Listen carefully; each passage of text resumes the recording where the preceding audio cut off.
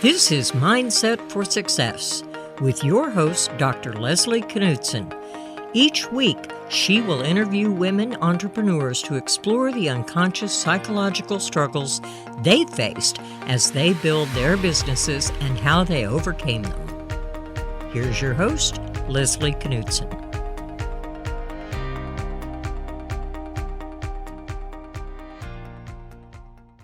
I'm happy to welcome this week's distinguished guest, Camille Jayne. Camille has been a turnaround CEO of public, private, and nonprofit companies in consumer electronics, digital video, financial services, and CPG industries. Her astute business leadership resulted in stunning successes, helping small entrepreneur businesses to large public companies. Camille has achieved respect as a business professor, a mentor, and an exceptionally giving philanthropist. The Jayne Group helps clients pave the way to rapid growth. Welcome, Camille. Thank you, Leslie. Camille, would you start by telling our listeners a bit about your growing up and what drew you to work as a turnaround CEO? Well, I was born in Detroit of Lebanese parents, and my father was a surgeon. My mother was a homemaker. She was kind of like Martha Stewart of the world. She also started a French language school back then, and saw two really hardworking, great work ethic parents, but also we were immigrants. So it was interesting to see how they navigated that very successfully. I'm the third of three children, so I think everybody in our immediate family were type A personalities. I was very driven. My older sister and brother were very successful. My sister became a federal magistrate judge. My brother, chief of medicine at Harvard and top research guy. So I do feel that one of my drivers very formative years was fear of failure. I didn't want to be the first one to fail in the family. And that really was, and I go a lot into drivers when I work with people, but I fell into business. I actually have an undergrad and a master's from Stanford University in graphic and package design. So I was working with companies, like you said, consumer packaged goods companies, to design their logos and their packaging. And but when you're on the creative end, you're kind of on the tail end after somebody else has come up with understanding what the consumers in the marketplace need that nobody else is doing as well. And I realized I wanted to get more on the front end, strategic end. And so I went back and got my MBA from the University of Michigan in product development and marketing, and then really started my career at places like the Pillsbury Company and Procter & Gamble in new product development. And I just really thrived there. I think my creative background helped, but then learning the whole strategic side to help new products get in the marketplace and grow. That eventually, one of my other drivers was I really wanted to be heard. And I think that also goes back to my family being the third one at the dinner table. It's like nobody cares. I think I was very driven to be head of the product, head of the department, head of the division, and ultimately taking on very big projects that other people couldn't solve, and what it takes to do that with the team and all these things that you learn. Eventually, I got known for being able to figure out complex problems, and that eventually led to being head of digital TV for the largest cable company in the world, John Malone's vision. And then that eventually I started getting calls saying, hey, do you want to come be the president and CEO to turn around a company? And that was my first one 22 years ago. It was a relatively good-sized public company, and then I just stayed in the turnaround business for 22 years. It kind of reminds me a little bit about your parents sort of figuring out complex situations to come to the U.S. and raise a family and start successful careers too. So complexity and figuring out how to do stuff is familiar to you. Yeah, and it is so, as you know, it's so multifaceted, from leadership to operational things to workplace health. It's everything. And are you able to mentor your sort of young, ambitious women who need to understand how to do that? I mean, can you break that down into manageable, actionable pieces for people to hear? Sure. I do mentor people professionally. I have 7 business professionals now, 4 of whom are entrepreneurs and startup entrepreneurs. So that fits with the Women's Entrepreneurs Global very well. And 2 of them are men, and another one is not an entrepreneur. 3 of them are men, 4 of them are women. Yes, we really do first start. I think first, if you decide you want to be a leader, and that's a decision you have to really think about. I start working with people to be very self-reflective, so they could be self-aware of who they are, how they manage, what their personal brand is, what their drivers are. Because I just find that people, especially the leaders, do not take enough time doing that. And when you really have a grasp on why you are doing what you're doing, what is driving your decisions and your behavior, and you understand that, and then you understand your personal brand, which are human characteristics and attributes that you display all the time, that you want to display, that others describe you.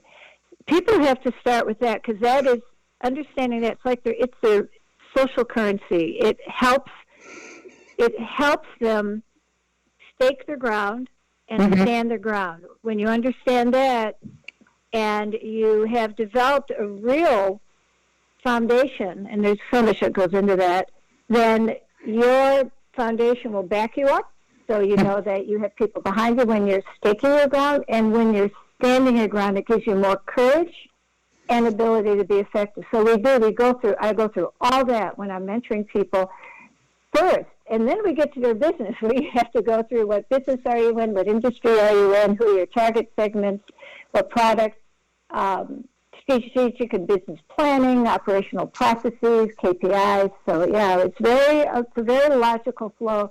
And if they don't want to go through that, I will not mentor them. They all go through it. It makes me think that you've been very successful at making the right relationships during your career, and that strength has also created incredible career opportunities for you. I wonder if you can explain to your listeners a little bit about how you've done this, and why do you think it's so important to have social currency? I don't think you'll be effective if you don't have that, because leadership is both being a great leader and a great member of a team. And you really have to understand and focus on doing those well, regardless of what even area of business you're in. So this is product leaders, department leaders, division leaders. I think I got a reputation for that, because while I felt I certainly needed to prove something myself, is one of my key drivers, and I wanted to make money and get financial security.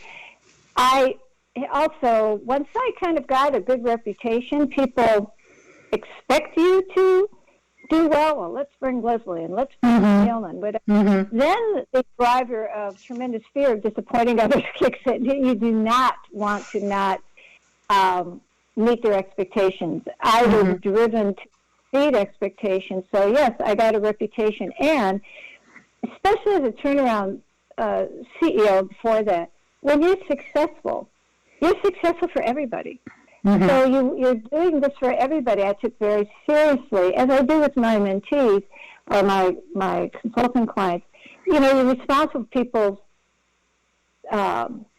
incomes, for their mortgages, for their kids' education. So when you win, it is a team win.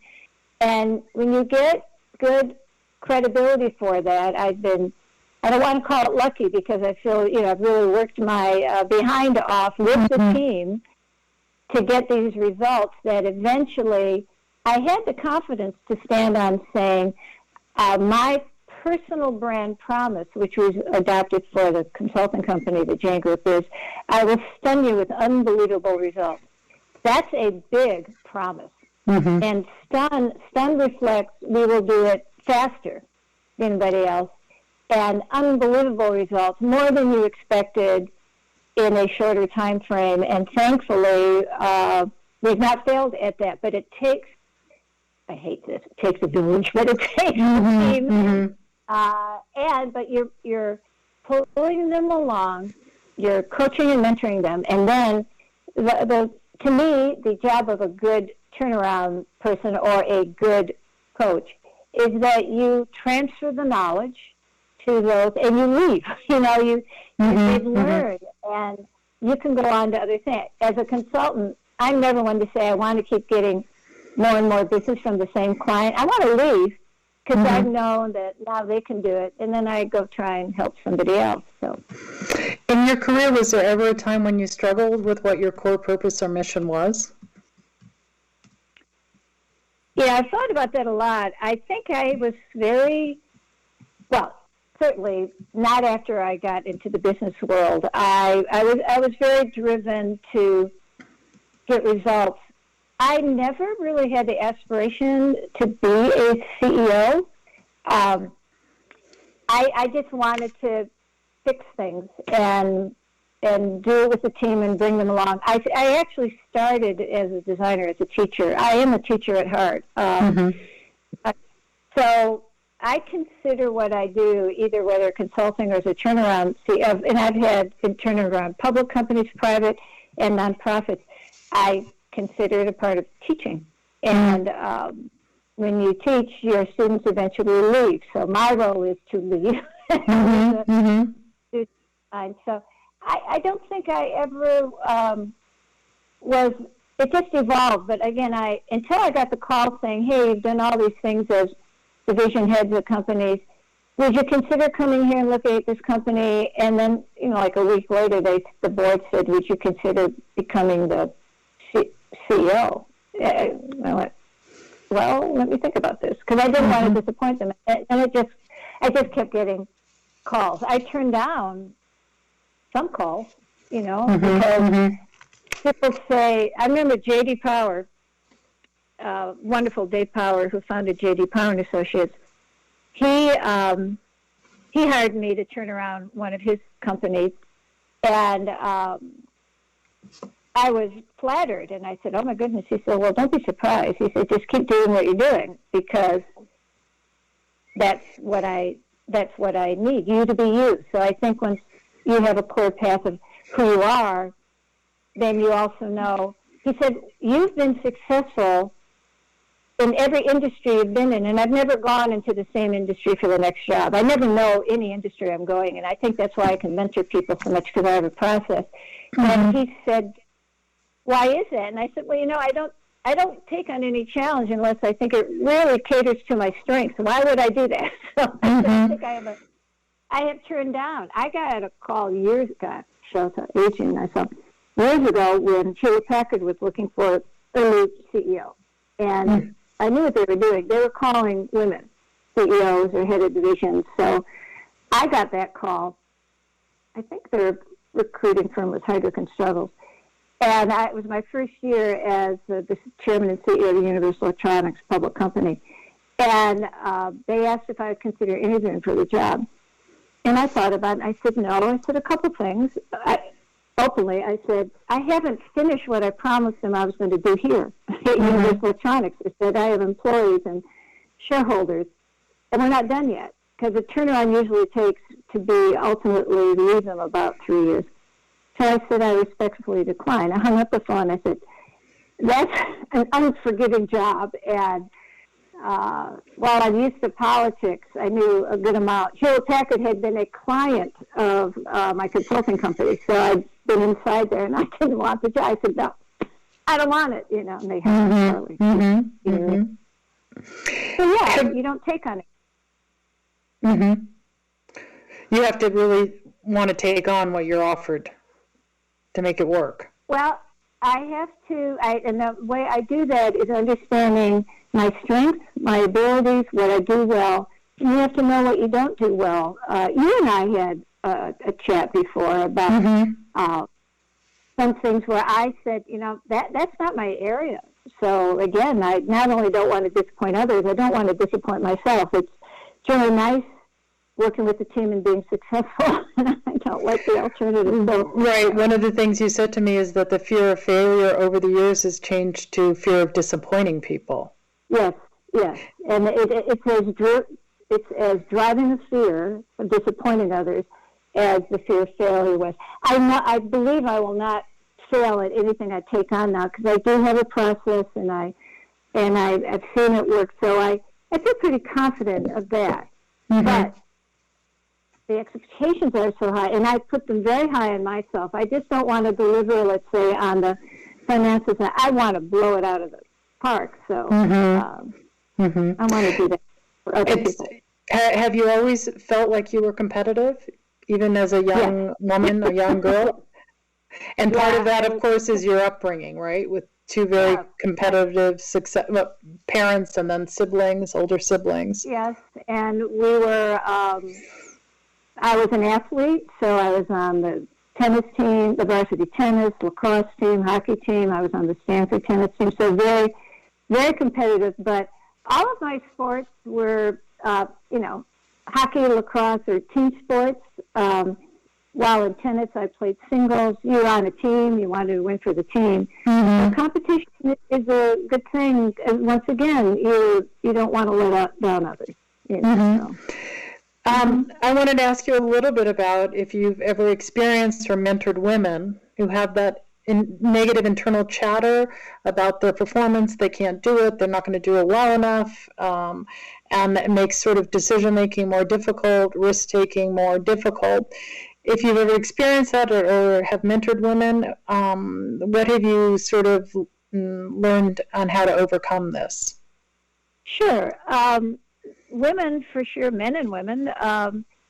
I go into we go into their drivers. I have, and I do a lot of lectures and classes, and there are about 21 drivers that I list, and there are more. And we really go in. I said, if you have to tell me which ones of these think really drive you, because those are driving their feelings about themselves, their decisions, their self-esteem a little bit.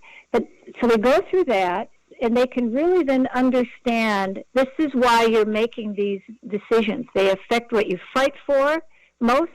You'll understand your behavior better, but you also need to put your good drivers to work. We go through a lot of that, which help over. Then we go into their personal brand attributes, because I live by this about 10 times a day. I say, if you were going to go out and ask people to list 5 attributes that describe you, that, could be good and bad, but then we settle on the one that they want to uphold every day. Those, together with their drivers, things like they might be curious, or they're driven, or they want to be an excellent example to people, or they're really creative, they're a good problem solver, they're compassionate. Every day, so you settle on 5 to 7 attributes that become your personal brand. And I say, in every meeting, in every conversation, every day, are you upholding your attributes? And then in the morning, you say, what attributes do you have to really push today? And at the end of the day, in every meeting, every conversation, should you have upheld your brand attributes differently, better? It is a check, and I live by this. It helps people and women truly be accountable, but for who they are. And once you start seeing that working, it will help you. It also helps you stake your ground and stand your ground when you are in many uncomfortable situations. I mean, in any world, certainly, but the business world, you're in uncomfortable situations constantly.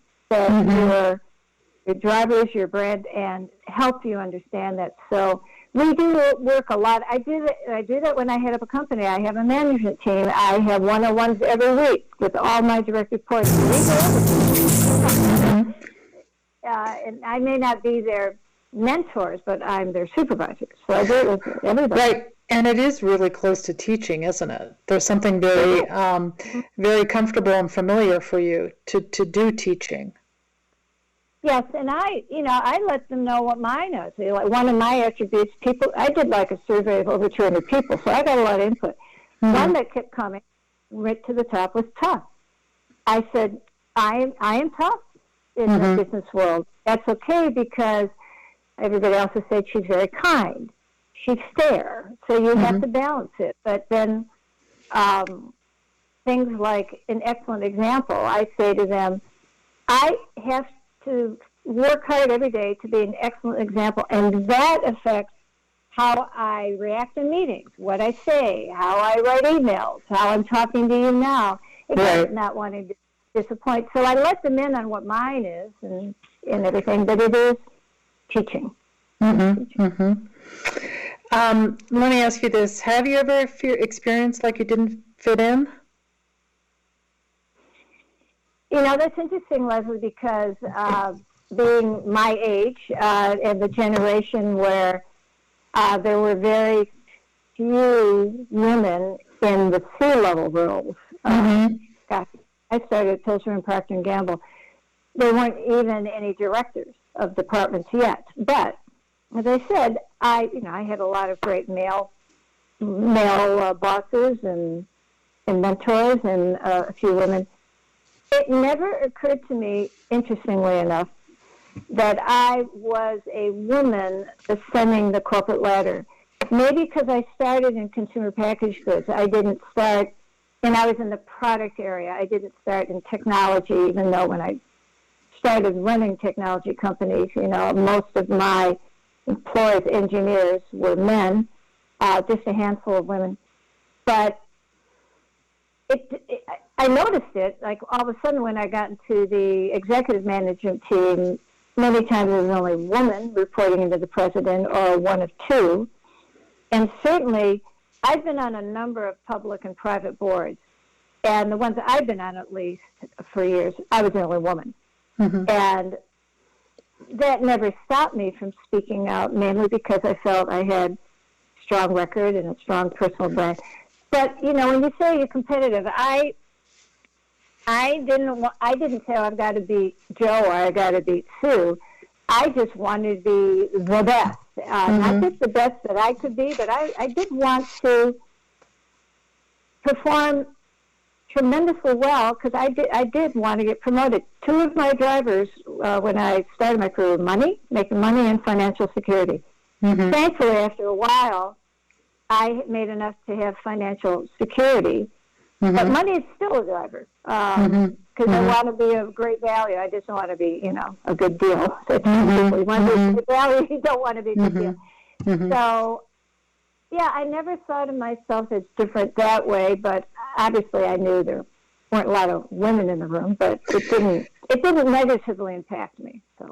Right, but another theme that I'm sort of hearing also is that as long as you have your formula and you know what you are looking for and you've sort of operationalized it, the idea that you don't fit in doesn't sort of occur to you because you know how you're going to, even if you didn't at the beginning. Right, exactly. I when I went and interviewed with Dr. John Malone at TCI, the largest cable company in the world, and they hired me to head up the digital TV division and figure out how to design and launch it with like a team of a zillion people. And I interviewed and I said, I need a couple days. I need to talk to some people on the team. That was part of my process. So I could assess, if this really worked to my strengths, then I could help them. So when I came back and I said to Dr. Malone, I can do this. I can do this for you better than anybody else. I need two things. I need you to let me do it my way. I have a process. And I said, two, you need to give me the budget and not take it away. So he said, fine. If you don't do it, we'll fire you. I said, sure. So I went back to my hotel room in Denver and I called my mother. I said, I got the job. And she said, great. I said, I have no idea how to do this. She said, well, honey, you've really done well in all these different companies. You must have a process. Why don't you write it down? So it took my mother to tell me that. And once I did, good to go.